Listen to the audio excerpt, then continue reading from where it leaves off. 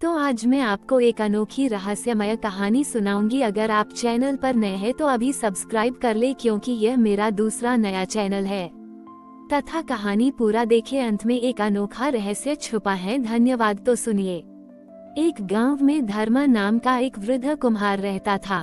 उसका जीवन मिट्टी के बर्तन बनाने और उन्हें बेचकर गुजारा करने में बीतता था। धर्मा बहुत ही सीधा साधा और महादेव का सच्चा भक्त था। उसके पास धन तो नहीं था, लेकिन उसके मन में भक्ति की कोई कमी नहीं थी। गांव के बीचों बीच एक बहुत ही पुराना शिवालय था। धर्मा हर सुबह उस शिवालय के पास जाता और वहां की मिट्टी से महादेव की एक छोटी सी मूर्ति बनाकर उसकी पूजा करता।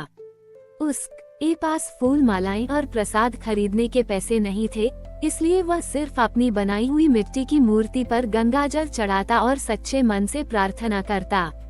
गांव में एक धनपाल नाम का बहुत ही अमीर व्यापारी भी था। धनपाल भी खुद को महादेव का बड़ा भक्त मानता था।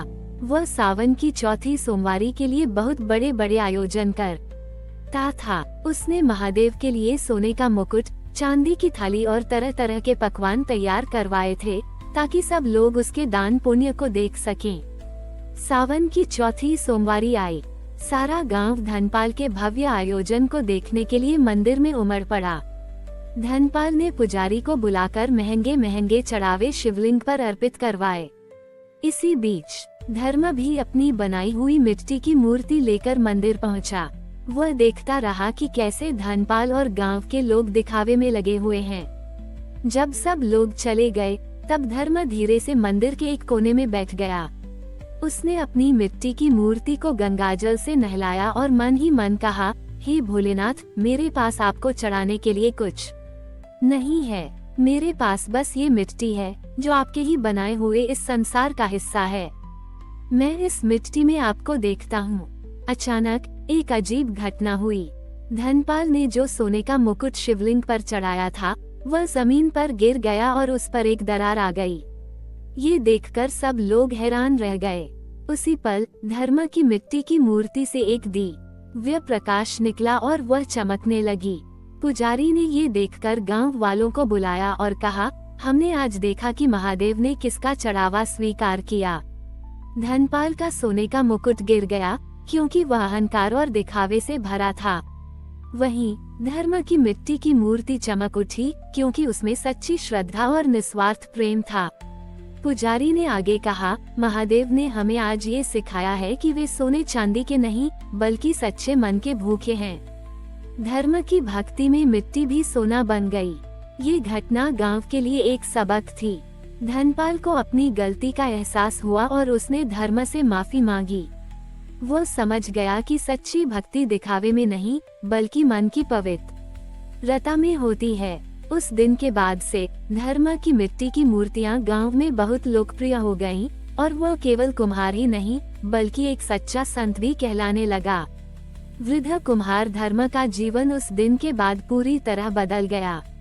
गांव के लोग अब उसे सिर्फ एक कुम्हार नहीं, बल्कि महादेव के एक सच्चे भक्त के रूप में पूजने लगे। धनपाल, जिसे अपनी अमीरी पर गर्व था, धर्मा के चरणों में गिर पड़ा और उससे क्षमा मांगी। उसने धर्म से कहा, मैंने भक्ति का अर्थ सिर्फ दिखावा समझा था, पर आपने मुझे सच्ची भक्ति का मार्ग दिखाया है। धर्म ने धनपाल को गले लगाया और कहा, महादेव किसी से नाराज नहीं होते। वह तो बस हमारे मन की पवित्रता देखते हैं। अब से हम सब मिलकर गांव में सच्ची भक्ति को फैलाएंगे। अगले ही दिन धनपाल ने गांव के बीचों बीच एक बड़ा और सुंदर मंदिर बनवाने की घोषणा की, लेकिन उस मंदिर में शिवलिंग की स्थापना के लिए उसने धर्मा से प्रार्थना की। धनपाल ने कहा, हे धर्मा, आप ही वह व्यक्ति हैं जिनकी भक्ति से मिट्टी भी सोना बन गई। हम चाहते हैं कि आप ही अपनी बनाई हुई मिट्टी की मूर्ति से इस मंदिर के शिवलिंग की स्थापना करें। धर्मा ने ये सुनकर विनम्रतापूर्वक ये काम स्वीकार कर लिया।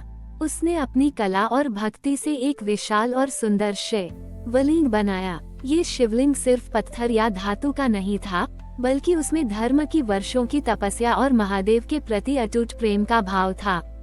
सावन की अगली सोमवारी पर पूरे गांव ने मिलकर उस नए मंदिर में शिवलिंग की स्थापना की। ये गांव के लिए एक ऐतिहासिक पल था। उस दिन से गांव में ये परंपरा बन गई कि हर सावन का बड़ी ही चौथी सोमवारी को लोग महंगे चढ़ावे की बजाय किसी जरूरतमंद की मदद करते थे या अपनी बनाई हुई किसी चीज को प्रेम से महादेव को अर्पित करते थे। ये गांव अब सिर्फ अपनी संपन्नता के लिए नहीं बल्कि अपनी दयालुता और निस्वार्थ भक्ति के लिए जाना जाने लगा। धर्म और धनपाल की दोस्ती ने गांव को एक नई दिशा दी। धर्म ने ये सबको सिखाया कि सबसे बड़ा धन तो मन की शांति और सच्ची भक्ति है, जबकि धनपाल ने ये सिद्ध कर दिया कि धन का सही उपयोग निस्वार्थ सेवा में ही है। गांव में अब एक नई लहर दौड़ रही थी। धर्म की सच्ची भक्ति और धनपाल के सहयोग से गांव में एक नया मंदिर बन चुका था, जो सिर्फ पूजा का केंद्र नहीं बल्कि एकता का बड़ी ईका बन गया था। इस बदलाव से प्रेरित होकर धर्म और धनपाल ने सोचा कि गांव की अगली पीढ़ी को भी इन्हीं मूल्यों से जोड़ना बहुत जरूरी है। उन्होंने गांव के सभी लोगों को इकट्ठा किया और एक और बड़ा काम शुरू करने का फैसला किया। धनपाल ने कहा, हमारे गांव में बच्चे पढ़ने के लिए बहुत दूर जाते हैं, क्यों न हम एक बड़ी ही पाठशाला बनाएं, जहां सिर्फ अक्षर ज्ञान ही नहीं बल्कि नैतिकता, कला और कुम्हार जैसे पारंपरिक हुनर भी सिखाए जाएं। ये सुनकर सब लोग बहुत उत्साहित हुए। धनपाल ने अपनी सारी संपत्ति का एक बड़ा हिस्सा इस पाठशाला के लिए दान कर दिया। धर्म ने अपनी कला का उपयोग किया और बच्चों को मिट्टी के बर्तन बनाने और छोटी ही कला सिखाने लगा। धीरे धीरे ये पाठशाला सिर्फ गांव के लिए नहीं बल्कि आसपास के गांवों के लिए भी आकर्षण का केंद्र बन गई। एक दिन गांव में एक बहुत बड़े शहर से एक कला प्रेमी आया।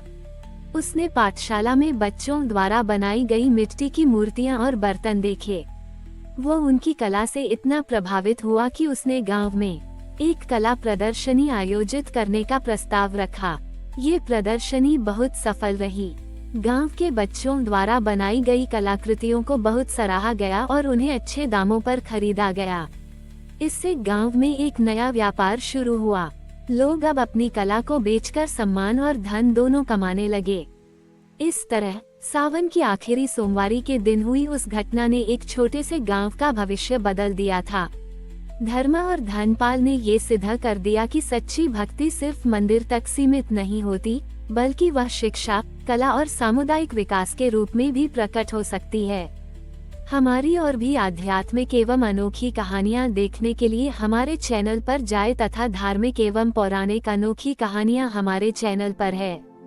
कृपया जाके देखें तथा हमारे चैनल को सब्सक्राइब करके रखें और वीडियो लाइक जरूर करें। धन्यवाद।